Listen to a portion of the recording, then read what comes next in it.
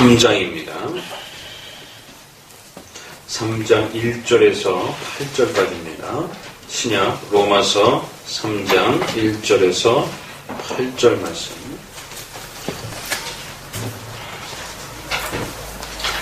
교도하도록 합니다. 로마서 3장 1절에서 8절까지입니다. 그런즉 유대인의 나음이 무엇이며 할례의 유익이 무엇이뇨? 범사에 많으니 첫째는 너희가 하나님의 말씀에 맞듣습니다.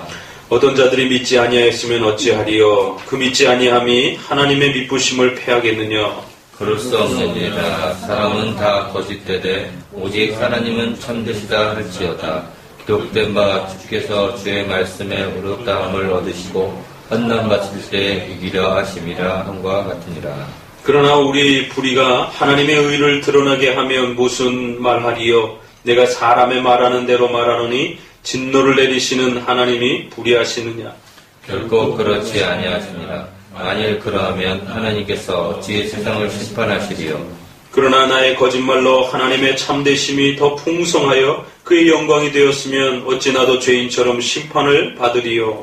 또는 그러면 선을 이루기 위하여 악을 행하지 하지 않겠느냐? 어떤 이들이 이렇게 비방하여 우리가 이런 말을 한다고 하니 저희가 정죄받은 것이 옳으니라. 아멘. 자, 로마서 1장, 2장을 통해서 이제 우리는 기독교의 가장 중요한 복음이라고 하는 것을 이제 소개해봤습니다.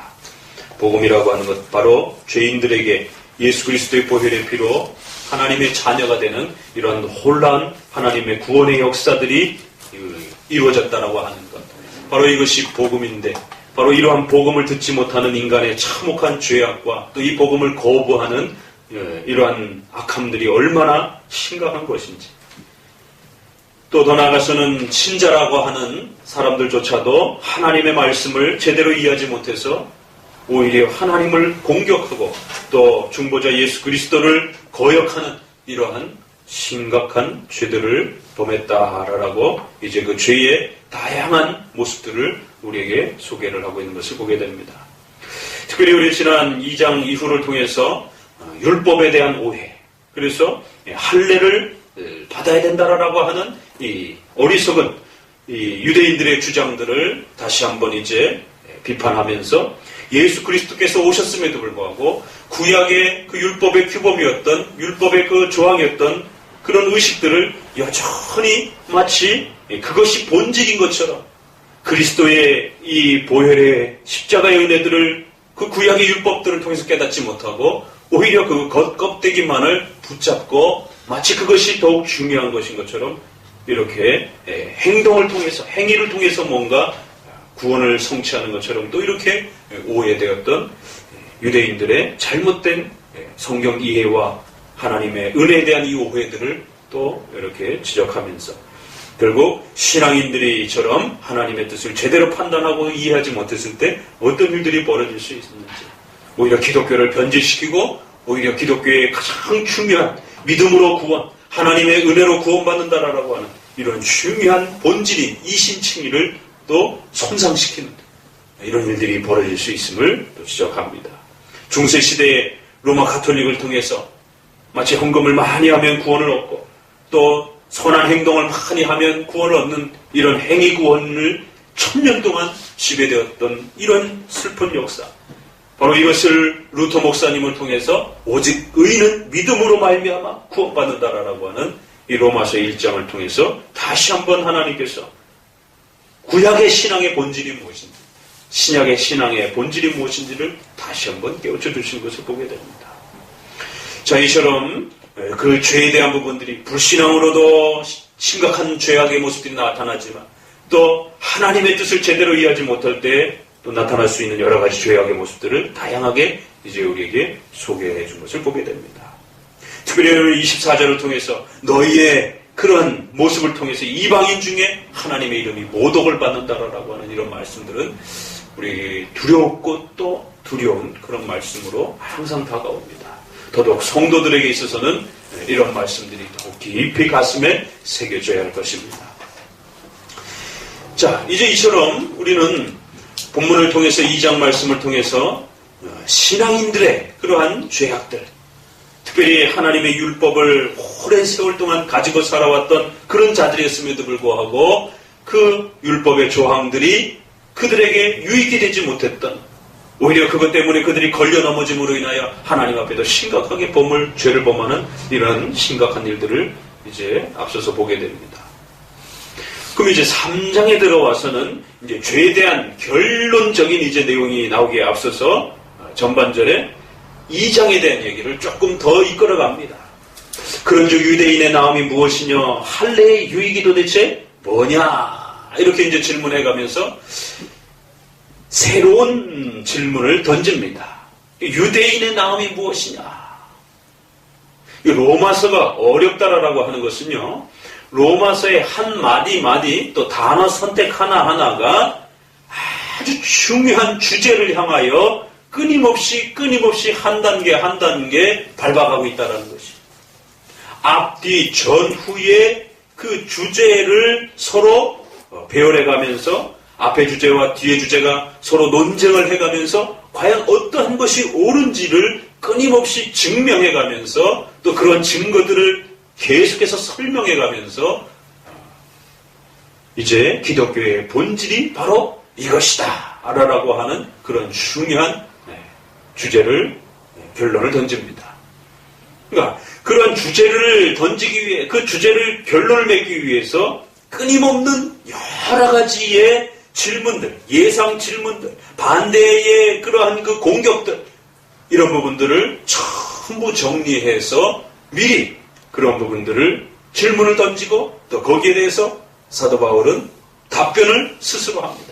그러니까 답변을, 적들이 공격할 수 있는 그 질문을 사도 바울 스스로가 질문을 던지고 거기에 대한 답을 또 내리는 것이에요. 그러면서 논쟁을 하는 겁니다. 그렇기 때문에 이것은 틀렸고, 그렇기 때문에 이것은 옳다라는 것이. 이 논문이라고 하는 것이 바로 그런 거 아닙니까? 내 주장을 제시를 하는데 그걸 목소리 높여서 막 싸우면 그건 아이들 싸움이 되는 것이고, 그것을 바로 학문적인 여러 자료들을 가지고 상대방의 주장은 이렇고 내 주장은 이렇고, 그렇기 때문에 결국 어떤 것이 더 옳은 주장인가?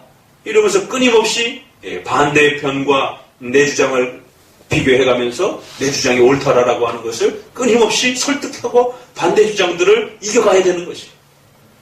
생길 수 있는 수많은 반대 질문들, 내가 이렇게 주장하고 싶어 할 때에 그걸 반대하는 수많은 그러한 반대들을 전부 다 설득해가면서 그걸 증명해가면서 결국 내 주장이 옳다라고 하는 것을 결론을 내야 되는 것입니다. 그래야만 사람들이 설득될 수 있는 것이. 그런 게 바로 논문이라는 것이. 그런 것이 바로 학문적인 그러한 논문이라는 것입니다. 바로 로마서는 편지처럼 이렇게 기록되어 있지 않습니다. 바로 기독교의 핵심과 본질이 무엇인지를 수많은 이단들과 수많은 불신앙의 또 미신들과 또 이런 여러 가지 잘못된 그러한 하나님 없이 살아가는 그 수많은 그런 가치관들을 비교해가면서 과연 하나님 없이 살아가는 것이 과연 올바른 것인가? 과연 하나님을 인정하지 않고 살아가는 것이 우리 인생에게 덕이 되는 것인가? 과연 불신앙을 가지고 살아가는 사람들의 삶에 문제가 없는 것인가? 이런 것들을 자꾸 집어와서 아니다라는 것이, 결국 하나님이 살아계시고 하나님을 인정하고 살아가는 것이 우리 삶의 가장 진정한 행복이고 바로 그 예수 그리스도를 믿는 것이 가장 올바른 길이다라고 하는 것을 증명해가는 것이. 자, 그걸 위해 첫 번째 주제가 바로 죄였던 것입니다. 그래서 이 불신자들, 이방인들의 그런 죄들을 쭉 소개합니다. 그리고 또 신자들의 죄를 쭉 소개합니다. 그런데 문제는 신자들의 죄를 소개하다 보니까 예기치 않는 반대가 질문이 던져지는 것이. 그래? 그러면 좋다. 신자들이, 유대인들이 지난 수천 년 동안 율법과 할례와 또 성전과 이 많은 것들을 가지고 살아왔는데, 아니 그것들이 그들에게 결국 도움이 되지 않았다라면 그걸 준 하나님은 도대체 뭐야? 이렇게 질문이 되는 것이. 그럼 하나님이 그들에게 그걸 왜 줬어? 쓸데없는 걸 뭐하러 줬어? 오히려 그들이 그걸 가지고 죄를 범할 걸 알면 하나님 걸 주지 말았어야지. 오히려 인간의 이 죄악을 자꾸 우리가 연구하고 인간의 이 죄에 대한 부분들을 자꾸 배워가다 보면 어떤 고민이 생기는가 하면요. 그래? 그러면 죄가 이렇게 심각하고, 죄가 이렇게 많고, 죄가 이렇게 우리의 삶을 지배하고, 죄가 이렇게 가득하다라면, 그럼 하나님은 뭐 했지? 이런 생각들이 든다라는 것이. 그러니까 죄를 배우다 보면, 죄를 짓는 우리 인간 자신을 보기도 합니다. 아, 내가 참 죄를 많이 짓는구나. 내가 불신앙이었을 때 이렇게 많은 죄를 범했구나. 아, 내가 또 신앙생활 하면서도 이렇게 많은 죄를 범하고 살아가는구나. 이제 그렇게 잘 그 정도로만 깨달으면 괜찮은데, 인간이기 때문에 어떤 악한 생각들이 드냐면, 그래? 그럼 도대체 하나님은 그 죄를 왜 그렇게 그냥 가만히 내버려 두고 있는 거지? 은혜와 사랑의 하나님이라며, 그들의 죄를 용서하는 하나님이라며, 그럼 그들이 그 죄 때문에 괴로워하고 막 실패하고 그 진흙탕에 빠져가고 고통스러워하고 그러기 전에 그들의 죄를 좀 막아주면 오히려 그들이 건강하고 평안하게 살 수 있는 거 아닌가? 이제 하나님께로 그 의문이 돌아가는 거예요. 첫 번째는 내가 그렇게 죄인인가? 아, 내가 그래도 저 사람들, 일반 사람들에 비해서는 내가 그래도 참 괜찮은 사람인데. 처음에는 자기 자신에 대해서 이렇게 생각하다가 이렇게 자꾸 성경의 말씀을 듣다 보면 아, 그래 내가 죄인이구나. 아, 내가 참 이런 부분에서 하나님의 뜻을 제대로 실천하지고 못했구나. 이렇게 이 정도를 깨닫는데 그럼 한 걸음 더 들어가면 이제 하나님을 향해서 그런데 하나님 도대체 뭐하고 계신 거지? 이런 생각이 든단 말이에요. 이런 호기심이 든단 말이에요. 그러니까 우리가 죄를 자꾸 파헤치면 파헤칠수록요 풍선을 이쪽을 누르면 이쪽이 볼록하고 이렇게 일어나지 않아요? 그렇죠? 그런 것처럼 우리 자신의 죄에 대한 부분들을 많이 깨닫는 건 괜찮은데 그 죄에 대해서 알면 알수록 야, 죄가 이렇게 대단한 것이구나. 야, 죄가 이렇게 인생을 완전히 망칠 정도로 이렇게 심각한 것이구나. 야, 죄가 이렇게 인류 전체를 붕괴시킬 정도로 이렇게 심각한 것이구나. 야, 죄가 이런 거네. 근데 이 죄를 몰랐을 때는 괜찮았는데 죄를 여러분이 자세히 알아가면 알아갈수록 이야, 그럼 도대체 하나님은 뭐 했지? 이런 생각이 든다. 그 다음 나중엔 더 나아가서 이제 어떤 생각까지 드냐면 그래? 그러면 하나님도 어떻게 못하는 건가? 하나님도 인류 속에 존재하는 이 죄를 하나님도 어떻게 못하는구나. 죄가 막 그 쓰나미처럼 막 몰려드니까 어떻게 감당을 못하는구나. 여러분 일본 그 쓰나미 때 보셨죠?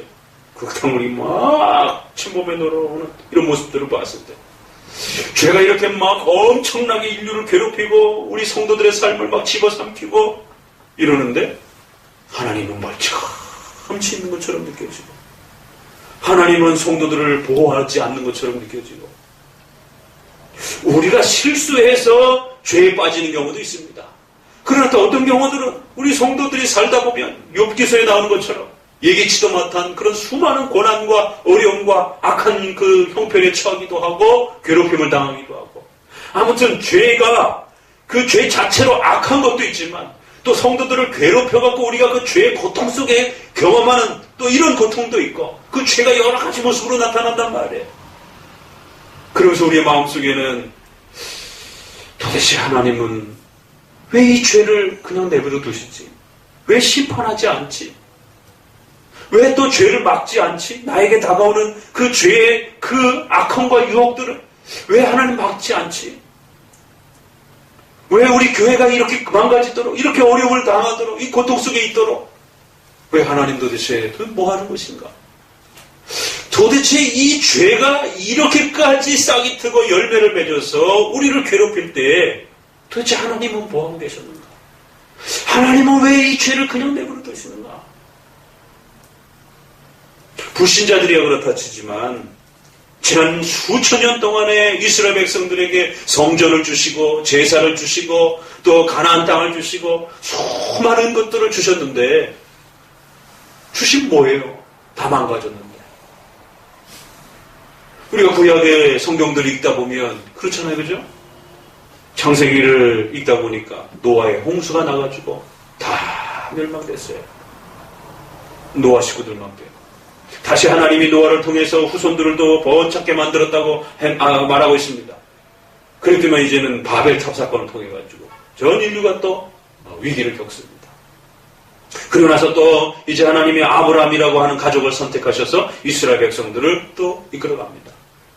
그런데 애굽의 포로가 돼갖고 400년 동안이나 노예 생활을 하면서 고통을 겪습니다. 겨우 가나안 땅을 이제 애굽을 나와서 가나안 땅으로 정착하고 살아갑니다.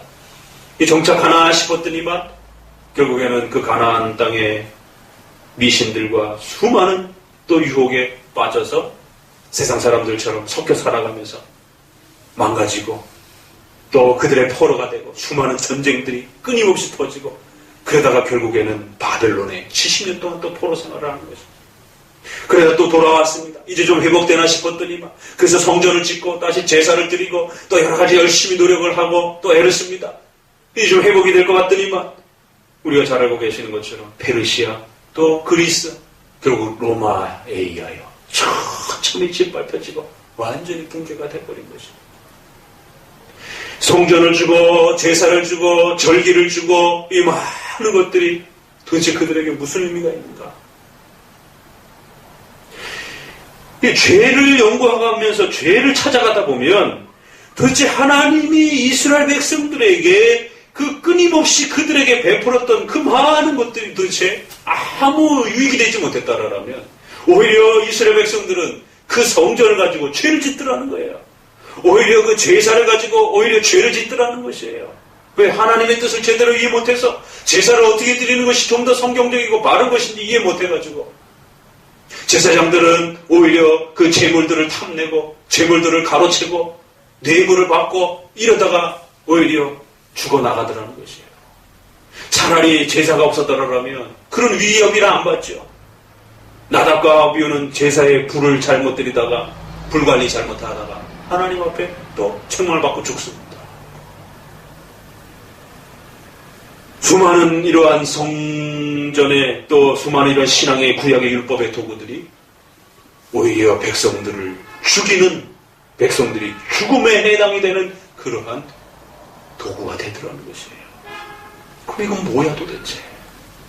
하나님은 이스라엘 백성들을 죽이려고 이걸 줬나? 하나님은 이스라엘 백성들을 괴롭히려고 괜히 이런 것들을 두셨나? 그럼 도대체 이스라엘 백성들에게 주셨던 이러한 신앙의 도구들, 이러한 율법들, 이러한 할례들, 이러한 성전의 여러 가지 의식들은 아무 의미가 없는 것인가? 그러니까 이스라엘 백성들이 자꾸 실패하는 모습을, 넘어지는 모습들을 보다 보니까, 그러면서 그들의 죄가 자꾸만 더 심각해져 가는 것을 보다 보니까 결국 하나님의 주권과 하나님의 다스리심과 온 세상을 또 인간의 생각 하나하나까지 시간과 공간을 초월해서 그 모든 것을 역사하시는 하나님의 통치에 대해서 의심이 들기 시작하는 거죠. 결국 인간의 죄가 인간의 역사와 인간의 시공간 속에서 끊임없이 마구 터져가면 오히려 그 시공간을 다스린다라고 하는 하나님의 주권과 섭리는 도대체 뭐하고 있는 건가? 이스라엘 백성들이 이렇게까지 죄로 인하여 망가지는 동안에 하나님의 주권과 섭리, 특별히 우리 칼빈지, 우리 개혁교회에 있어서는 온 우주 만물을 창조하시고 천지 창조하시고 다스리시는 전능하신 하나님의 주권과 섭리를 믿고 고백한단 말이에요. 그럴 때마다 이 두 개가 부딪히는 거예요. 죄를 배우면 배울수록 그럼 도대체 하나님은 뭐하고 계셨는가? 하나님의 주권은 도대체 뭔가? 하나님의 그 신비로운 섭리는 도대체 뭔가? 그의 백성들을 다스리시고 머리털까지 세심받으시며 들에 피는 풀 한 포기까지 살피시면서 이스라엘 백성들을 먹이시고 돌보시고 지키신다고 하셨던 도대체 그 하나님의 약속들과 하나님의 그 보호하심들은 다 어디 갔는가? 참 희한하게 죄를 배우면 배울수록 하나님의 주권과 섭리에 대한 부분들에 대한 오해와 의심이 들 수 있다는 것이에요. 실제로 이제 신학계에서는 이 죄론을 가르치게 되면 반드시 하나님의 주권과 섭리에 대한 부분이 저쪽에서 공격을 해 들어옵니다. 인본주의 신학자들이. 그럼 도대체 죄는 왜 발생했어? 그러면 죄는 도대체 어디로부터 시작이 된 거야? 하나님이 이 온 세상의 주인이다 이렇게 말하면 그러면 죄도 하나님이 주인인가? 이 질문이 반드시 나올 수밖에 없습니다. 인간의 역사 속에 선한 것과 악한 것이 있단 말이에요. 내용적으로 하나님이 선한 것과 악한 것 그 모든 것들을 다스리시고 통치하시는 오루주 만물의 주인이시다 이렇게 말하게 되면 그래? 그러면 선한 건 좋다 이거야. 그러면 우리 인간의 속에 나타나는 수많은 죄악들은 더 나아가서 아담과 하와의 그 타락은 왜 하나님이 그러면 가만 내버려 두신 거야? 이 질문이 반드시 나옵니다. 그래서 인본주의자들은 하나님의 주권과 섭리를 믿을 수 없다라고 말하는 것이죠. 하나님이 창조하신 것까지는 인정하겠다. 그러나 이 세상의 역사는 인간 스스로의 책임에 따라서 자신의 노력의 여하에 따라서 자신의 그 공로에 따라서 얻기도 하고 또 실패하기도 하는 것이지 하나님이 그 모든 것을 관여하는 건 아니다라는 것이죠. 이런 식으로 하나님의 주권과 섭리를 약간 옆으로 제쳐놓는 것이죠. 아니 하나님이 주인이야? 그러면 도대체 이 죄가 이렇게까지 발생하도록 왜 죄를 이렇게 내버려뒀어? 이 죄는 도대체 뭐야? 성도들은 왜 고통을 받아? 교회는 왜 어려움을 당하는 거지? 왜 악인들이 더 잘 되는 거지? 왜 악인들을 심판하지 않는 거지?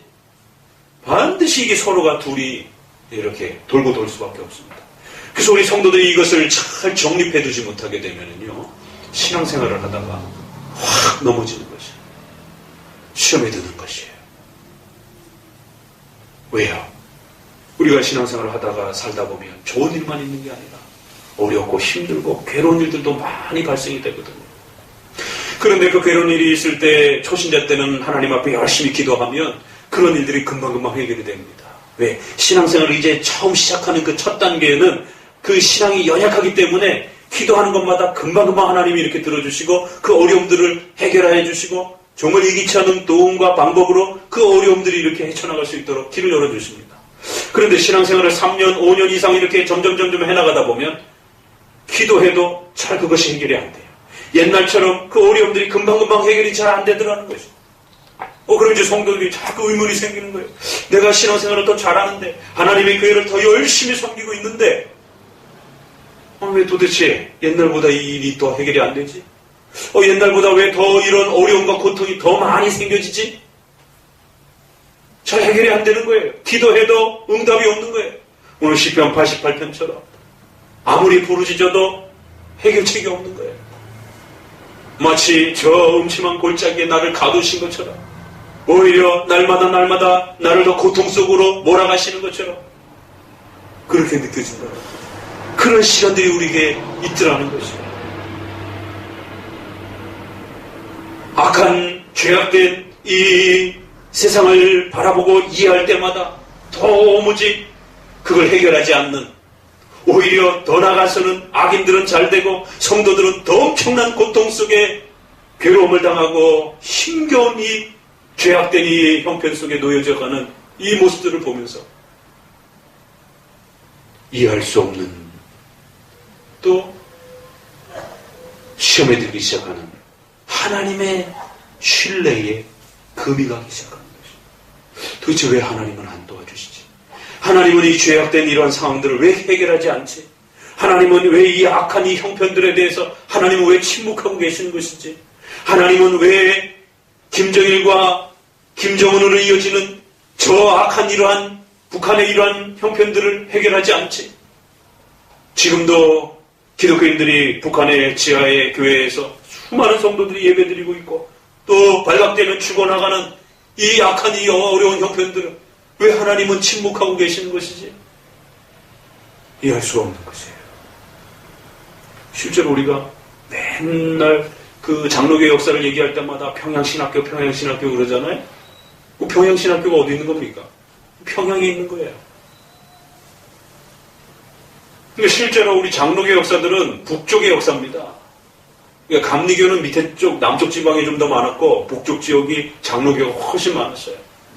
그래서 북쪽 지역에 그 장로교가 뿌리를 내리면서 있다가 유교가 터지면서 그분들이 다 피난을 내려오신 것이죠.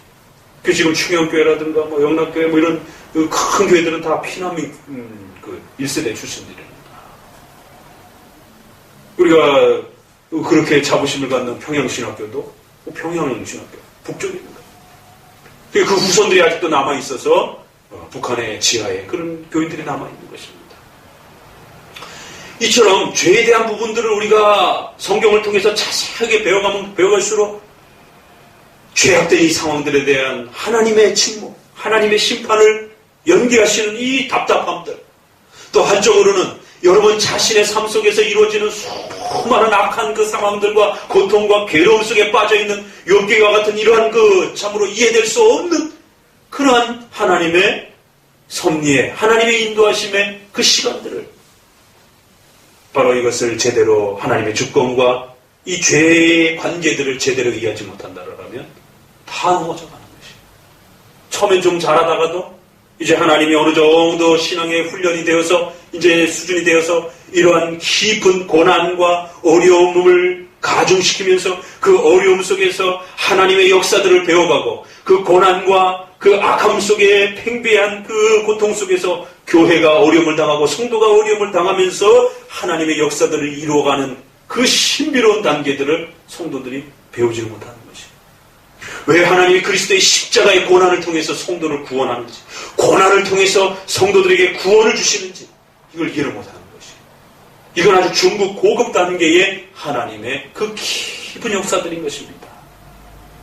아이에게는 사탕을 주면 되는 거예요. 우는 아이들에게는. 그렇죠? 배고픈 아이에게 밥을 주면 되는 것이에요. 그러나 이제 성인이 됐다는 건 뭡니까? 우리의 좀 더 나은 목표, 어떤 특별한 목표를 위해서 때로는 배고픔을 참아가면서 일을 해야 될 때가 있어요. 때로는 몸의 육신의 고통과 아픔과 자신의 불편함을 참아가면서 그게 5년이 됐든 10년이 됐든 견뎌가면서 그 시간을 땀을 흘려야 되는 시간들이 있는 것이에요. 올림픽 선수들이 더더욱 그렇잖아요. 그렇죠? 4년이라고 하는 피땀 흘린 그 시간들이 금메달이라고 하는 그 열매들을 바라보면서 그 시간들을 견뎌내는 것이 그게 어른인 겁니다. 당장 힘들어도 더 나은 미래에 뭔가 중요한 목표가 있다는 걸 알기 때문에 그 수많은 땀방울을 흘리는 것입니다. 이 죄의 이 고통 속에도 바로 그런 부분들이 있더라는 겁니다. 당장 우리 눈앞에는 고통스럽고 힘들지만 또 이 죄악으로 관영된 세상에 이 하나님의 심판이 임하지 않는 것들이 너무너무 답답하고 힘겹지만 거기에는 그 심판을 늦추시는 또 때로는 성도들에게 고난의 이 아픔과 이 이해할 수 없는 이 고통의 이 아픔들을 우리 성도들에게 허락하시는 하나님의 깊은 역사와 뜻이 있다라는 것이에요. 그걸 제대로 이해 못하고 그걸 제대로 신뢰하지 못하면 성도들은 다 시험에 떨어지는 것이에요. 하나님 신뢰 못하겠다. 하나님 안 도와준다. 안 도와주는 하나님을 어떻게 믿겠는가? 그래서 오늘날 기복주의가 팽배한 겁니다.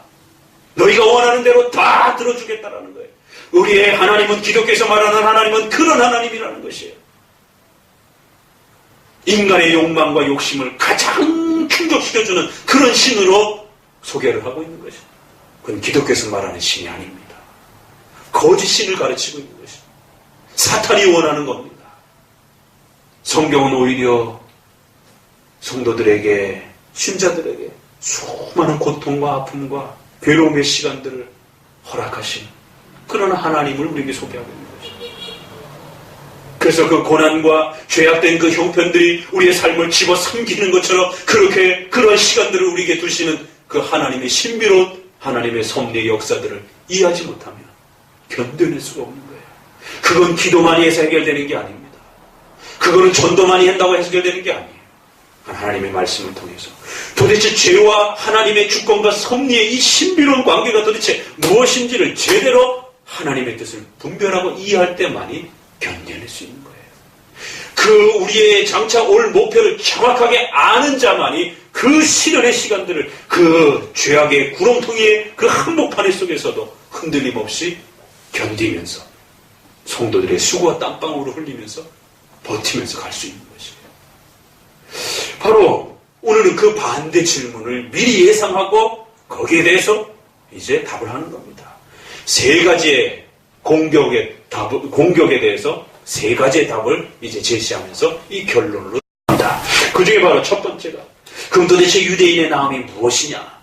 구약의 백성들에게 주셨던 그 수많은 할례와 성전과 또 이 수많은 그 구약의 율법의 규범들이 도대체 무슨 유익이 되는 거냐? 그걸 왜 주신 거냐 도대체? 자, 이 첫 번째 질문을 생각하시면서 본문을 바라보면서 이제 거기에 대해서 고민해 봅시다.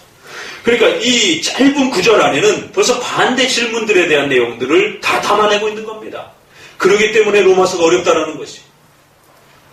쉽게 읽으면 왜 이 질문을 던지는지 문맥의 흐름하고 안 맞는 것 같기도 하고 왜 갑자기 이런 질문이 등장하는 것인지 자세히 살펴보셔야 되는 것입니다. 자, 한번 기억해 보실까요? 우리 유대인에게 주신 것이 무엇입니까? 바로 저희에게 첫째는 하나님의 말씀을 맡았다. 이렇게 소개를 합니다. 유대인의 나음이 도대체 뭐냐라는 거예요. 그거 다 쓸데없는 거 아니냐 이런 말이에요. 그러나 그렇지 않다라는 것이 무엇보다도 저희가 하나님의 말씀을 얻었다라는 거예요. 비록 그 하나님의 말씀이 저들의 자만심과 악함과 저들의 어리석음 때문에 망가진 것이지 저들에게 주셨던 그 하나님의 말씀 그 자체는 매우 소중한 것이다라는 겁니다. 그러니까 사람들이 착각한다라는 거예요. 하나님이 주신 그 선물과 하나님의 주신 그 은혜들이 우리의 삶에, 우리 인간에게 열매가 되지 않는다고 해서 그 선물을 주신 분이 나쁜 분입니까? 이런 오해가 발생될 수 있다는 것이에요. 선물을 주신 분이 나쁜 게 아니라 그 선물을 받아가지고 그거를 악하게 사용한 인간이 잘못된 것이에요. 먼저 여기에 대한 구분이 있으셔야 된다는 거예요. 하나님이 구약에 수많은 그 율법의 규범들을 주셨는데 그 율법의 규범들이 나빠가지고 그래서 인간이 범죄한 게 아니라 그 율법은 너무너무 좋은 것인데 그걸 제대로 사용하지 못한 인간들의 자만함과 어리석음의 문제가 있었던 것임을 먼저 우리는 구분할 필요가 있다는 겁니다.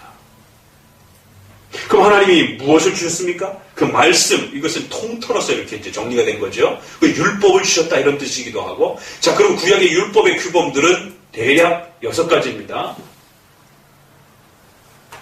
우리가 구약 역사서라든가 모세오경을 끝나면서 이제 정리했던 내용들이에요. 다시 한번 기억해 볼까요? 반복적으로 자꾸만 기억해내셔야 잊어버리지 않습니다. 첫 번째는 가장 대표적인 게 뭡니까? 바로 성막. 창세기 이후에 이제 출애굽기에 등장하는 바로 모세에게 주셨던 성막 제도. 그 성막이 솔로몬으로 가서 솔로몬 성전이 되었죠. 그리고 그 성전이 무너지고 난 다음에 바벨론의 포로에서 돌아와서 제2의 수룹바벨 성전이 된 것이. 그리고 그 성전이 또 망가지고 난 다음에는 예수님 시대의 헤롯 성전으로 또 이렇게 이스라엘에게 주어진 것입니다.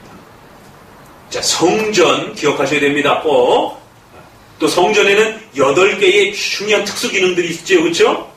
동편으로 들어가는 문, 그리고 거기에 제물을 드리는 번제단, 그리고 그걸 씻는 물두멍, 그리고 지성소로 들어가면 좌우편에 등대와 떡상, 그리고 가운데 기도를 뜻하는 향단이 있고, 그리고 이제 그 안으로 들어가게 되면 무엇이 있죠? 지성소에 바로 법궤가 있는 것입니다.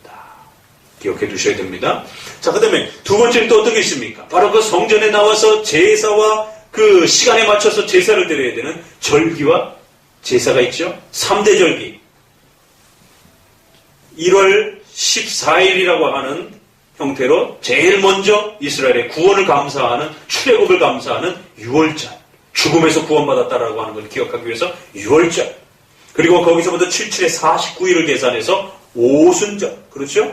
77절이라고도 하고 오순절이라고도 하고, 또 거기서부터 가을로 넘어가서 이제 추수를 거둬들이고 이스라엘의 그 출애굽의 광야 생활을 기념하는 초막절, 추수를 하니까 수장절, 이스라엘 3대 절기 꼭 기억하셔야 됩니다. 바로 이 3대 절기에 나와서 5대 제사를 드리죠. 5대 제사는 어떤 게 있습니까? 빨리빨리 기억해내세요. 번제, 그 다음에 소제, 곡식을 드리는 소제, 그 다음에 서로 나눠 먹는 화제, 그 다음에 자신들의 죄와 관련되어 있는 속죄제와 속건제.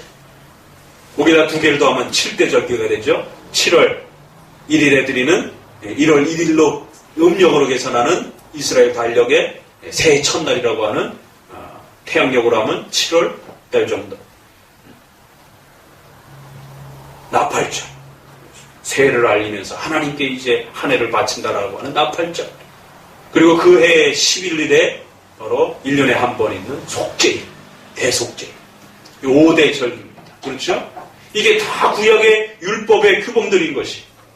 또 그 다음에 이스라엘 백성들의 생활 속으로 들어가서는 하나님 앞에 정결한 음식과 부정한 음식을 나눠서 생활해야 되는, 정결한 옷과 부정한 옷을 구분해서 살아야 되는 바로 정결법이 있는 것이죠.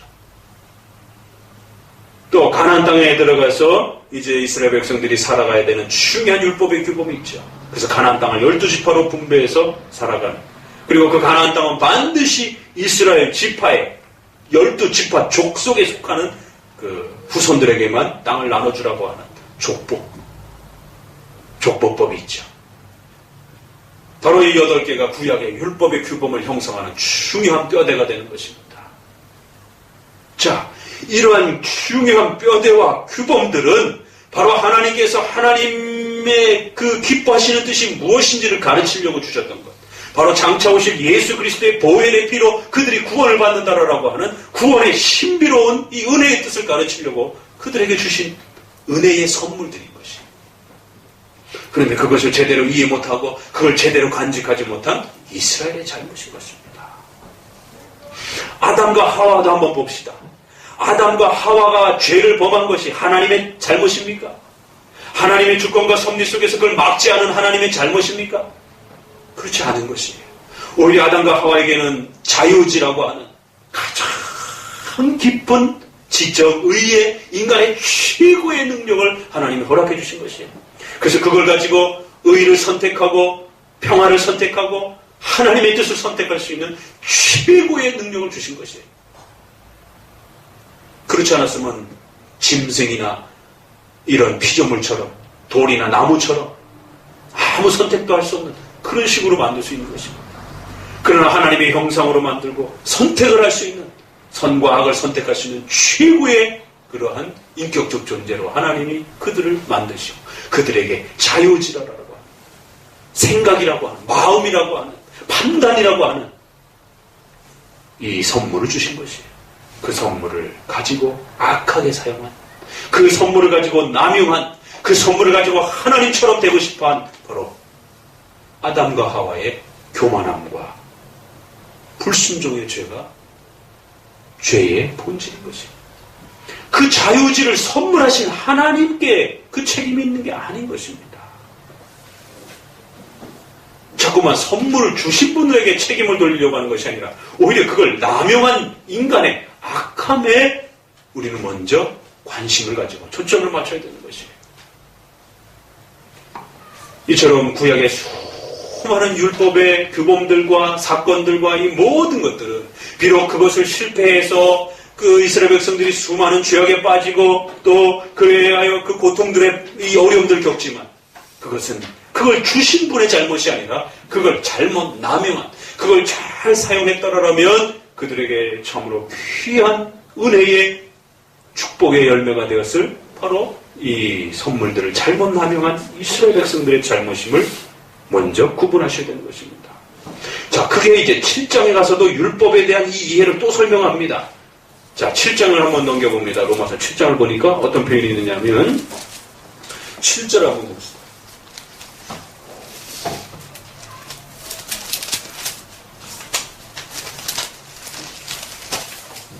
자, 7절 같이 읽어봅시다. 그런즉 우리가 무슨 말하리요? 율법이 죄냐? 그럴 수 없느니라.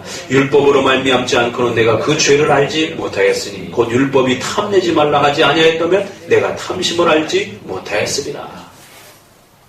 율법이 없으면 죄가 뭔지를 깨닫지 못하는 거예요. 성전이 없었더라면 하나님 앞에 나와 예배드리지 않는 게 얼마나 큰 죄인지 알았겠습니까? 성전이 있으니까 예배드리지 않는 것이 얼마나 큰 죄가 되는지를 배우기 시작한 것입니다. 율법이 죄냐? 그렇지 않다라는 거예요. 율법이 나쁘고 악한 것이냐? 그렇지 않다라는 거예요. 율법은 선물이다라는 것입니다. 하나님께로 나올 수 있도록 하나님이 누구신지를 배울 수 있는 중요한 은혜였던 것입니다. 12절 같이 읽어봅니다. 이로보건대 율법도 거룩하며 계명도 거룩하며 의로우며 선하도다. 자, 첫 번째는 이스라엘에 주어졌던 수많은 율법과 이 조항들을, 이런 수많은 규범들이 비록 거기에서 넘어지고 이스라엘 백성들이 실패해서 고통을 받지만 그 자체가 죄가 되는 것은 아니라는 것입니다.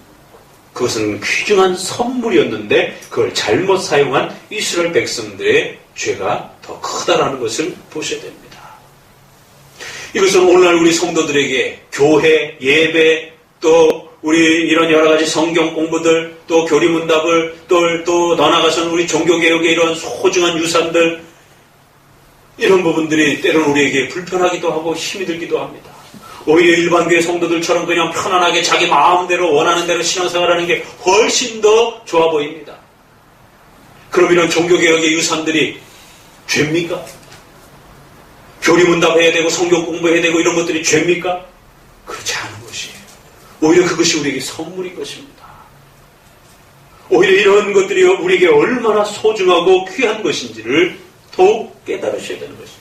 오히려 우리의 악함과 죄악 때문에 하나님이 우리에게 주신 이 소중한 것들을 우리가 은혜되게 하지 못하는 어리석은 우리의 자신들의 모습을 더 깊이 보셔야 되는 것입니다. 자, 두 번째는 이제 또 어떤 질문이 나오냐면 어떤 자들이 믿지 아니하였으면 어찌하리요? 그 믿지 아니함이 하나님의 미쁘심을 배하겠느냐? 자, 첫 번째는 물건에 대한 문제를 삼았어요. 하나님이 주신 선물에 대해서 문제를 삼았어요. 두 번째는 그러면 그 이스라엘 백성들의 역사 속에서 이스라엘 백성들이 다 망가졌다라면 어떤 자들이 그렇게 실패해가지고 다 망가졌다라면 도대체 그들을 보호하겠다라고 했던 하나님의 약속은 도대체 뭐야? 이제 아까 서론에 말씀드렸던 것처럼 그 수많은 역사를 지켜주겠다라고 그들을 보호하시겠다라고 성도를 지켜내겠다라고 하셨던 그 약속들은 도대체 어디 간 거야? 도대체 하나님은 주무시고 계신 건가? 하나님은 아무 일도 안 하고 계신 것인가? 첫 번째는 물건에 대한 문제였다라면 그걸 주신 그 물건에 대한 문제였다라면 두 번째는 그 역사에 대한 문제, 그 생활에 대한 문제. 이스라엘 백성들이 살아왔던 그 수많은 생활들 속에서 걸려 넘어졌던 그 많은 일들을 보면서 도대체 하나님은 그들을 안 도와주시고 뭐하고 계셨는가? 그들이 죄악의 고통 속에서 넘어질 때 하나님은 그들을 보호해주거나 지켜주시지 않고 막아주시지 않고 도대체 하나님은 왜 그런 악들이 이스라엘을 집어삼키도록 그냥 내버려뒀느냐라는 거예요. 이런 질문은 오늘 우리 시대에 우리에게도 올 수 있는 거예요. 내가 이렇게 어려움을 고통을 겪고 있는데 왜 하나님 나를 안 도와주고 계신 거지? 왜 이 고통과 어려움의 이 악한 상황들이 이렇게 자꾸만 지속되어 가는 것인지. 우리 목사님들이 매월에 공부할 때마다 그런 질문들을 던집니다. 이 개혁교회를 세워가는 게 정말 중요한 일인데 왜 하나님이 개혁교회에 성도를 안 보내주시는 것일까? 그래, 날마다 먹고 사는 문제 때문에 고민하고 매일매일 하루하루를 전쟁터에 살아가듯이 그렇게 고통 속에서 하루하루를 견뎌내고 참 힘겹게 하루하루를 살아갑니다. 우리가 생각할 때는 개혁교회를 하겠다라고 이제 문을 열었으면 하나님이 더 많은 성도들을 그 말씀을 제대로 배우고 싶은 성경을 제대로 배우고 싶은 그런 성도들을 보내주셔야 되는 거 아닌가요? 왜? 개혁교회만이 성경을 제대로 가르치고 있잖아요. 일반 교회들 성경 안 가르치잖아요. 개혁교회만이 그나마 그래도 성경을 제대로 가르친단 말이에요. 교리문답 가르치고 있단 말이에요. 올바른 예배란 경건한 예배고 또 성만찬 예배인 겁니다. 성만찬 예배가 없는 예배는 예배가 아닌 것이. 근데 오늘날 교회가 성만찬 예배 안 드리고 있잖아요. 그러니까 우리가 예배 그러면 말씀을 중심으로 한 이 예배, 그 다음에 성찬물 중심으로 한 예배, 이 두 예배가 균형을 이룰 때 우리가 예배 드렸다 이렇게 말하는 겁니다. 근데 오늘날은 성만찬 예배 다 빼버렸어요. 그리고 찬양 예배 같은 거 뭐 이런 식으로 나가고 있는 거예요. 그럼 우리 종교개혁의 관점에 보게 되면 오늘날은 예배가 망가진 겁니다. 예배 안 드리고 있는 거예요. 일반 예배도 설교 시간을 20분, 30분, 20분으로 딱 줄여놓고 성경을 안 가르쳐 주잖아요. 그저 세상 얘기나 하고 뭐 여러 가지 경험 얘기나 하고 그나마 있는 시간조차도. 그럼 예배 안 드리고 있는 거예요. 종교개혁의 관점에서 봅니다.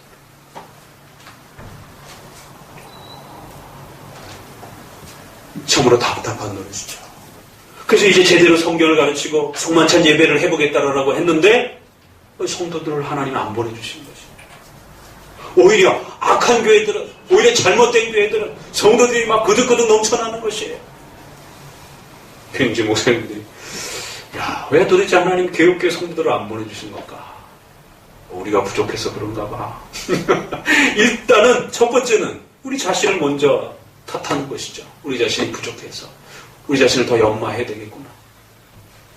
그 다음은 그래도 안 보내주신 도대체 뭐지? 이제 이렇게 바로 이 죄에 대한 문제, 이 죄를 통치하시고 다스려 가시는 이 하나님의 이해할 수 없는 이 하나님의 역사들을 우리가 성경을 통해서 잘 이해하지 못하면 이런 의문이 계속해서 꼬리를 계속해서 물고 물는 것이. 목회자들도 잘못하면 시험에 걸려 넘어지는 것이. 도대체 뭐지? 이스라엘이 그렇게 자꾸만 걸려 넘어지고 수많은 역사 속에서 그렇게 실패하고 이럴 때 하나님은 뭐하고 계셨지? 하나님의 그 보호심과 하나님의 택하신 백성, 아브라함의 백성, 내가 너희를 선택하여 내가 너희를 특별한 백성으로 삼았다. 신명기 이 10장이라든가 이런 데 보세요. 내가 너희를 아주 특별한 백성, 베드로후서 같은 데 보세요. 너희는 택하신 족속이요 왕 같은 백성들이요 하나님의 소유된 백성들이요 내가 너를 의로운 오른손으로 붙들리라. 이럴 때는 좋은데 정작 우리 삶 속에 들어와 보면 하나님이 주무시고 계시는 것 같은 그런 형편들이 비일비재하단 말이에요. 그래요, 안 그래요? 이제 적어도 한 10년 이상씩 생활 안 쓴 사람들이니까 초신자는 이걸 잘 이해를 못합니다. 그러나 이제 5년 이상 신앙생활한 사람들은 정말 탄식스러운 그런 어려움의 시간들 속에서 도대체 하나님은 왜 그러고 계시는 것일까? 오늘 우리 시편 88편을 읽었던 거죠. 그냥 우리를 가만히 내버려 두시면 그나마 다행인 거예요. 오히려 막 그 고난의 함정으로 고통의 악한 형편의 그 수렁으로 오히려 막 등을 떠밀고 계시는 것처럼 그렇게 느껴질 때도 있단 말이죠. 이야, 이게 도대체 뭔가? 하나님의 역사는 실패한 역사처럼 느껴지는 거예요. 하나님은 나의 인생을 돕지 않는 것처럼 그렇게 여겨지는 것이죠. 그래서 두 번째 질문을 던지는 겁니다. 하나님의 주권과 섭리를 우리가 고백한다라면 그러면 도대체 고통 속에서 가중되어지는 그 죄악된 상황 속에서 날마다 고통받고 있는 교회와 성도들은 도대체 뭐야? 이렇게 되는 거예요. 그 죄악된 형편들은 도대체 뭐야? 그 어떤 믿지 않는 자들의 이 실패한 역사들은 도대체 뭐야? 그럼 하나님의 믿부심은 도대체 어디 간 거야? 우리 번역은 조금 어렵게 해놨어요. 믿부심, 하나님은 뭐 예쁘다 이런 뜻이 아니고 뿌다가 예쁘다에 이렇게 그 연결된 표현처럼 느껴지기 때문에 예쁘다란 말이 아니고 신실하다라는 말입니다. 이게 신실하다, 약속을 지키다, 성실하다 이런 뜻입니다. 그러니까 하나님의 약속이 도대체 어디 갔느냐 이 질문입니다. 어떤 믿지 않는 자들이 결국 구약의 역사 속에서 많은 이들이 실패하지 않았느냐라는 거예요. 그러면 도대체 그들을 지키겠다라고 했던 하나님의 신실함은 도대체 하나님의 약속은 어떻게 된 거냐라는 거예요. 그럼 하나님의 약속은 그들을 지키고 보호하겠다라고 했던 하나님의 약속은 망가진 거 아니냐? 이런 질문이야. 아주 노골적인 질문입니다. 성도들이 목사님한테 질문하고 싶지만 참 질문하기 참 어려운 그런 질문이에요. 목사님, 정말 하나님이 도와주기는 하는 겁니까? 이런 원색적인 좀 질문을 정말 하고 싶을 때가 있잖아요. 너무 힘들 때. 하나님은 왜 나를 안 도와주고 계시는 것이죠? 도대체 왜 이 어려운 형편이 이렇게까지 계속 되는 것이죠? 하나님 나를 안 도와주나 봐요. 하나님의 그 약속은 신뢰할 게 못 되나 봐요. 정말 이런 마음이 들 때가 있어요. 자, 우리 그 답을 한번 읽어봅시다. 뭐라고 대답하는가? 4절 읽어봅니다. 그럴 수 없는 사람은 다 거짓되되 오직 하나님은 참되시다 할지어다. 기록된 바 주께서 주의 말씀에 의롭다함을 얻으시고 판단받으실 때에 이기려 하시니라. 좀 적어놓으세요. 이 말씀은 어디서 온 거냐면 시편 51편에서 온 말씀입니다. 시편 51편을 그대로 끌어와서 거기에 대한 답을 주고 있는 거예요. 이게 무슨 내용이냐면 바로 다윗이 밧셋바를 보내고 자신의 충성스러운 부하 장수인 우리야 아내였던 밧세바, 남의 아내를 갖다가 간음해가지고 자기 부하를 전쟁에 나가서 죽게 만들거나 그 밧세바를 강제로 취해온 거예요. 그리고는 이제 하나님 앞에 크게 책망받고 나서는 하나님 앞에 회개할 때에 하나님 잘못했습니다. 싹싹 빌면서 이제 고백하는 말이 시편 52편입니다. 하나님 나 잘못했습니다. 하나님 용서해 주세요. 내가 남의 아내를 빼앗았습니다. 하나님 앞에 큰 죄를 범했습니다. 그러면서 이제 말하는 말이 사람은 다 거짓되고 악하고 인간의 죄악이 얼마나 깊은가요? 내가 이런 죄악에 왜 빠져들었는지 도대체 내가 잘못해서 빠지기도 했고 내가 잘못하면 하나님이 좀 막아주시지 이런 생각도 할 수도 있고 여러 가지 생각이 들 수도 있지만 그러나 결국 내 자신이 악하고 인간이 얼마나 참으로 미련하고 어리석은지를 깨닫게 됩니다. 결국 다윗이 성도로서 범죄한 그 범죄함 속에서 수많은 생각들을 할 수 있지만 그러나 그 모든 것들을 접어두고 하나님은 의로우십니다. 내가 실수해서 빠진 건지 하나님이 막지 않아서 내가 그 간음죄에 빠진 건지 도대체 이렇게 저렇게 생각해 볼수록 더더욱 의심이 들기도 하고 헷갈리기도 하고 고통스럽지만 결국 다윗이 깨달은 것은 인간은 거짓되고 하나님은 의로우시고 참되시다라는 거예요. 하나님의 그 행하심과 하나님이 내 가정에게 행하신 그 거대한 역사는 결코 변함이 없구나. 하나님의 신실하심은 결코 변함이 없다는 거예요. 그러니까 내가 죄악을 범해가지고 걸려 넘어졌고 또 실패하고 뭐 이런 것 때문에 하나님이 나를 도와주니 안 도와주니 이런 어린애 같은 그런 질문을 던지지 말라는 거예요. 사탕 하나 준다라고 하나님은 신실한 분이네. 하나님은 나를 잘 지키시는 분이구나. 사탕이 없다고 해갖고 금방 토라져가지고 하나님 나를 안 지키시는 분이네. 하나님은 나를 떠났네. 이러지들 말라라는 것이. 때로는 내가 죄악에 걸려 넘어지기도 하고 때로는 알 수도 없는 고통 속에 또 놓여지기도 하고 내가 실수해서 죄를 범하기도 하고 내가 실수 안 했는데도 또 고통 속에 있기도 하고 알 수 없는 수많은 죄악과 고통 속에서 나를 집어삼키고 내가 그렇게 살아간다고 할지라도 이제 다윗이 그런 밧세바를 범하고 나서 심각한 죄를 범하고 난 다음에 하나님 앞에 깨닫고 배운 거예요. 하나님의 신실하심은 인간의 죄와 상관이 없다는 걸 배운 거예요. 우리는 우리 눈에 보이는 것만 생각하는 거예요. 내 손에 돈이 쥐어 있어야만이 하나님은 나를 먹이시고 입히시는 분이구나. 이렇게 확신하는 거예요.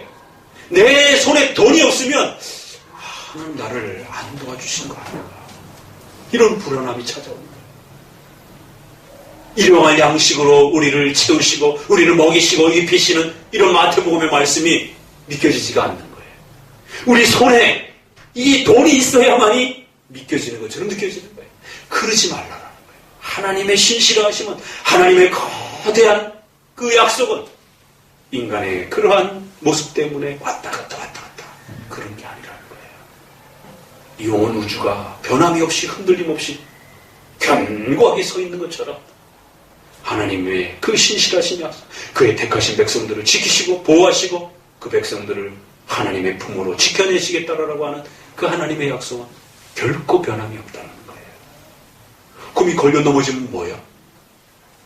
그 걸려 넘어짐조차도 하나님의 이 거대한 계획 속에 있다라는 것이. 다윗이 그걸 깨달은 겁니다. 그 느닷없이 갑자기 이 말이 나오는 거예요. 인간은 거짓되고 하나님은 참되다. 그러니까 이걸 우리가 시편으로 돌아가서 그 전후 맥락을 이해하지 못하면 이게 왜 답이 되는지 이해를 못하는 거예요. 우리 눈에 잠깐 힘들어 보여도 하나님의 그 거대한 약속이 끊임없이 그 성도를 향하여 흘러가고 있다는 거예요. 우리 그게 안 보이는 거예요. 그래서 막 쩔쩔매는 겁니다. 그래서 안절부절하는 거예요. 마치 엘리사와 게하시. 말한 군대가 막 쳐들어오니까 막 게하시가 막 안절부절하고 막 어찌할 바를 모르는 거예요. 잡아오라고 했습니까? 그러자 게하시에게 엘리사가 뭐라 말합니까? 하늘에 천군 천사로 불병거로 우리를 아람 군대보다 더 몇 배의 그 천군 천사들이 우리를 둘러치고 보호하고 있는 걸 왜 못 보느냐? 그리고 그를 위해서 기도해주고 눈을 열으니까 영안의 눈이 열리면서 정말 아람 군대보다 더 엄청난 하늘의 천군 천사들이 그들을 에워싸고 보호하고 있는 게 그제서야 보이는 거예요. 하나님을 이해하지 못하니까 이 하나님의 약속이 얼마나 신실한 것인지 우리 마음속에 확신이 없는 거예요. 그래서 자꾸만 불안해지는 겁니다. 몸이 병들면 불안해지는 거예요. 돈이 없으면 불안해지는 것이에요. 명예가 없으면, 권력이 없으면 불안해지는 것이. 우리 손에 돈이 없으면 불안해지는 것이. 하나님의 약속이 더 든든하지 못하고 오히려 우리 눈에 그런 게 없으면 불안해지는 것이. 그러나 로마서 8장 28절에 또 나옵니다. 우리가 알거니와 하나님을 사랑하는 자 곧 그 뜻대로 부르심을 입은 자들에게는 모든 것이 합력하여 선을 이루느니라. 너무 소중한 말씀이죠. 꼭 외워두시기 바랍니다. 힘들 때마다 이 말씀을 암송하시기 바랍니다. 하나님의 뜻대로 부르심을 받은 자들은, 택하신 백성들은 모든 것이 협력하여, 그것은 선과 악한 상황 다 말하는 것이, 그 하나하나가 전부 성도들을 유익하게 하는 것으로 변화되어 그 성도들을 성장시키는 아주 중요한 발판들이 된다는 거예요. 선한 것으로만 우리를 키워갔으면 좋겠죠. 그러나 하나님은 오히려 악한 상황들을 통해서 우리를, 선한 것을 통해서 우리를 키우시는 것보다 2배, 3배를 키워내신다는 거예요. 그런 하나님의 신비로운 다스림의 역사가 있다라는 것입니다. 하물며 우리 이 인간 세상 속에서도 우리가 자녀를 키울 때 회초리를 들고 자녀를 키우는 겁니다. 자녀 입장에서는 왜 회초리를 가지고 자녀를 키우는지 이해를 못하는 거예요. 맨날 돈이나 팡팡팡팡 주면서 우리를 키우면 얼마나 좋겠어요. 그렇죠? 근데 인간의 죄라는 게 그렇게 바로 잡혀집니까? 그걸 돈으로, 때로는 회초리로 바로 잡아줘야 인간의 죄가 바로 잡혀지는 겁니다. 때로는 어린 시절에 이제 저희 아이, 큰아이도 수능을 치르기 위해서 준비하고 있지만 밤새도록 공부하고 하루 종일 공부하고 참 그 젊은 시절의 아까운 시간들을 그 책상에 앉아서 그 방에 앉아서 나오지도 못하고 갇혀서 그 고통을 겪는 것입니다. 그러나 그 아픔들이 그 인생을 살아가는 더 많은 시간들을 얼마나 유익하게 할지 부모는 알고 있는 것입니다.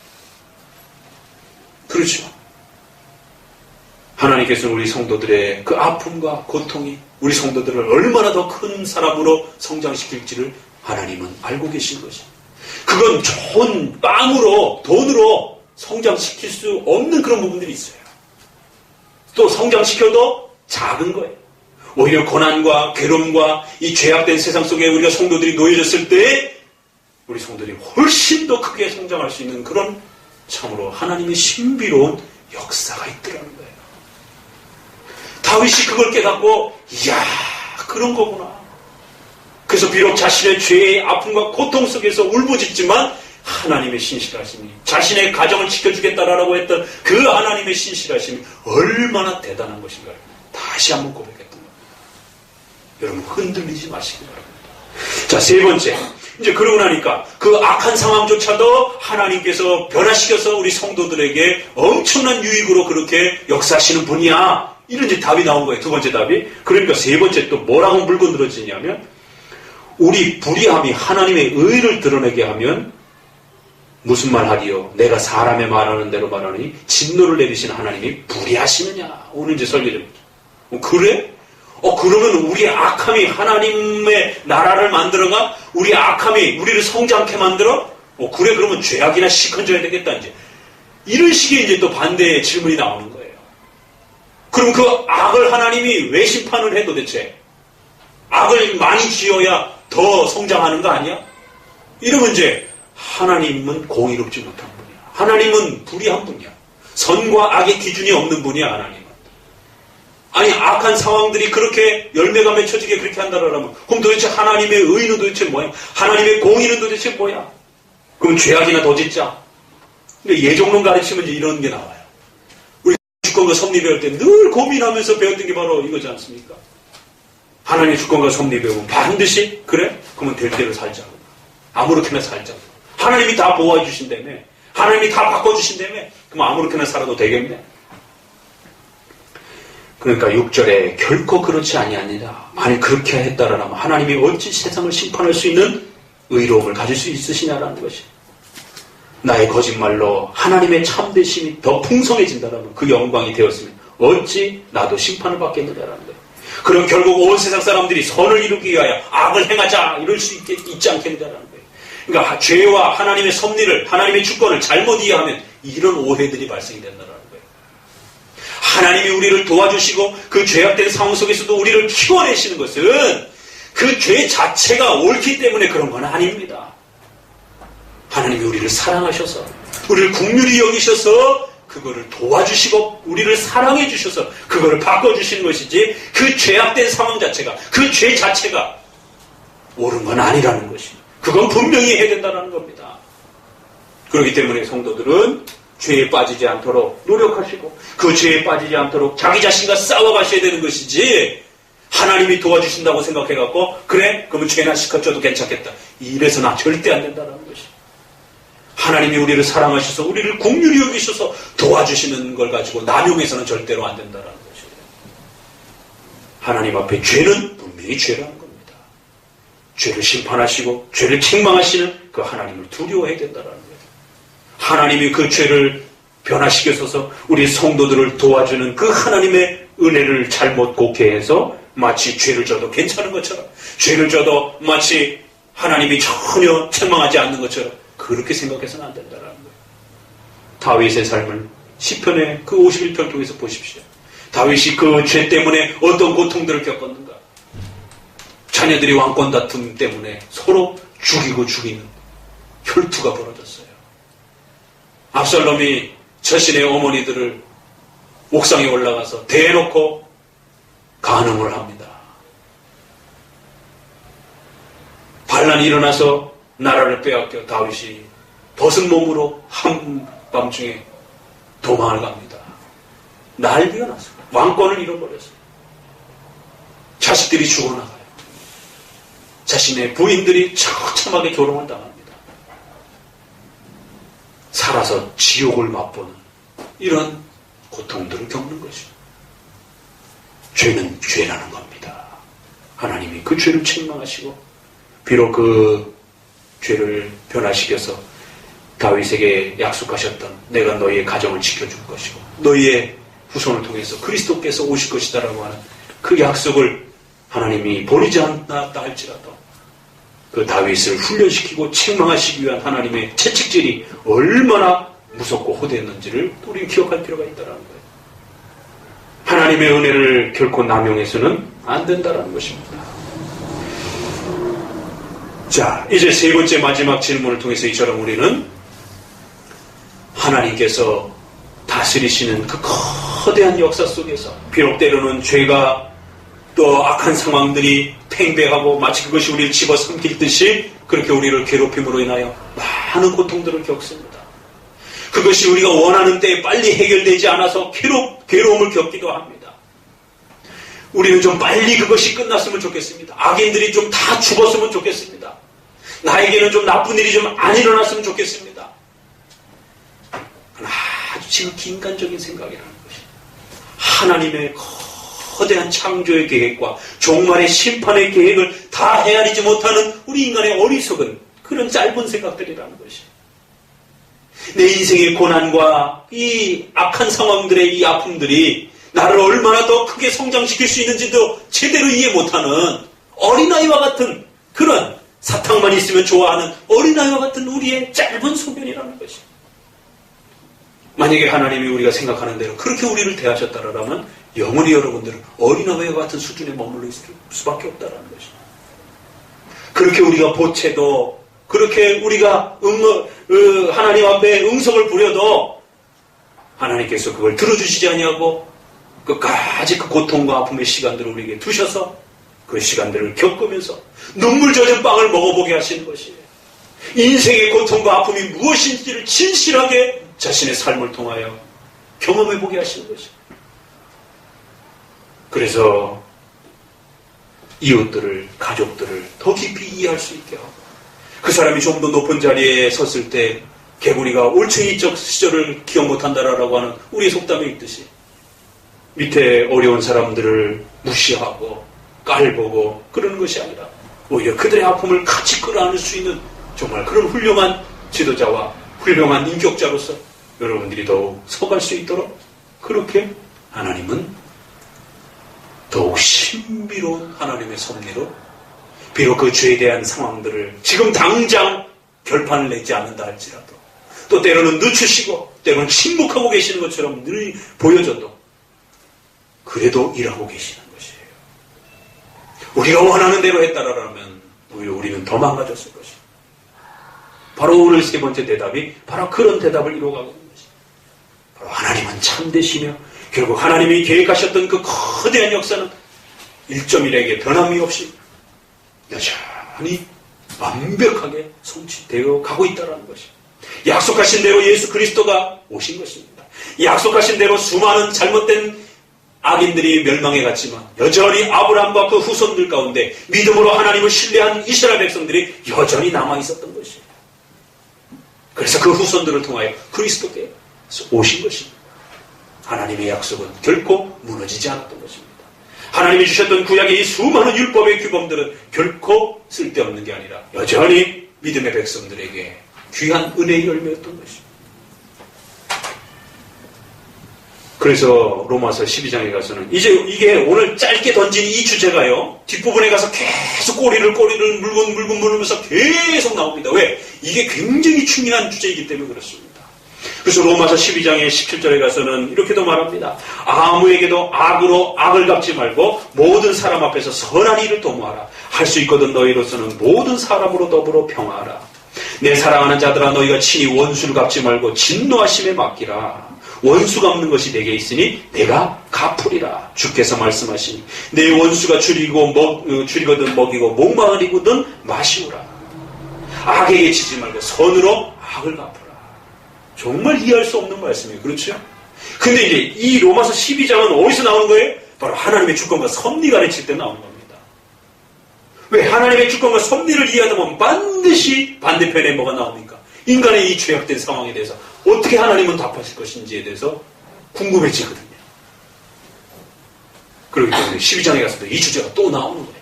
지금은 이제 우리가 죄와 관련해서 보고 있다 보니까 이 주제가 나오는 것이에요. 자, 우리가 욥기서에서 봤던 것처럼 시편에서도 내가 미끄러져 넘어질 뻔했도다. 그런 말씀이 있죠. 내가 악인의 형통함을 보고 오만한 자를 질시하였습니다. 저희는 죽는 때에도 고통이 없고 악인들은 풍성해지는데 교인들은 더 고통을 받더라는 거예요. 하박국서에서도 보니까 어찌하여 나로 간악을 보게 하시며 폐역을 묵도하게 하시니까 이 겁탈과 강포가 내 앞에 변론과 분쟁이 일어납니다. 도대체 하나님은 왜 침묵하고 계십니까? 예레미야 12장에도 보니까 악이 풍성하고 고통이 더하는데 도대체 하나님의 심판은 언제 임하는 겁니까? 다들 이걸 이해하지 못해가지고 혼동 속에 있었던 것입니다. 그만큼 이 문제는 죄와 하나님의 주권과 섭리의 문제는 우리 성도들에게 굉장히 중요한 문제라는 것입니다. 우리 선조들이 바로 이 문제들을 부딪혔고 이것을 하나님 앞에 배워갔던 것이에요. 오늘 이제 3장 첫 소절에 바로 이 죄에 대한 문제와 관련해서 특별히 이제 하나님이 행하셨던 구약의 수많은 율법의 규범들, 또 수많은 구약의 이스라엘의 역사들, 이것이 결코 무용지물이 아니라 이 모든 것이 그 백성들을 키워내시기 위한, 하나님께서 그 백성들을 사랑하며 그 백성들을 지켜내시기 위한, 그 백성들에게 협력하여 선을 이루시는 거대한 하나님의 신비로운 도우심의 역사를 우리에게 보여주는, 오히려 그런 하나님의 신비를 담아내는 하나님의 역사를 우리에게 가르치고 있다는 것입니다. 비록 당장 우리 눈앞에는 힘들고 어려 보여도 거대한 하나님의 이 보호하심과 약속의 신실하심이 인간의 죄를 넘어서서 초월해서 우리를 붙잡고 계신, 죄악이 우리를 집어삼키는 것처럼 보여진다 할지라도 오히려 그 죄악보다도 훨씬 더 큰 목적과 그 거대한 하나님의 계획과 다스림 속에서 그걸 변화시켜서 우리를 도움을 이루시고 성화시켜 가시는 하나님의 손길을 보시라는 거예요. 바로 하박국서는 그 의심 속에서, 그 혼란 속에서 고통하다가 바로 오직 의인은 믿음으로 말미암아 살리라. 그게 거기서 나오는 말입니다. 이제 우리 성도들은 믿음으로 흔들리지 마시고, 비록 죄가 아무리 크고 높아 보이고 그 고통의 시간들이 우리의 삶에 아무리 가득 차 보인다 할지라도 우리 성도들은 믿음으로 흔들리지 마시고, 하나님의 그 신실함, 하나님은 참되시다라고 하는, 하나님은 신실하시다라고 하는 것을 끝까지 또 여러분의 마음에 지켜가시기를 주의 말씀으로 축원합니다. 기도합니다. 하나님 감사합니다. 오늘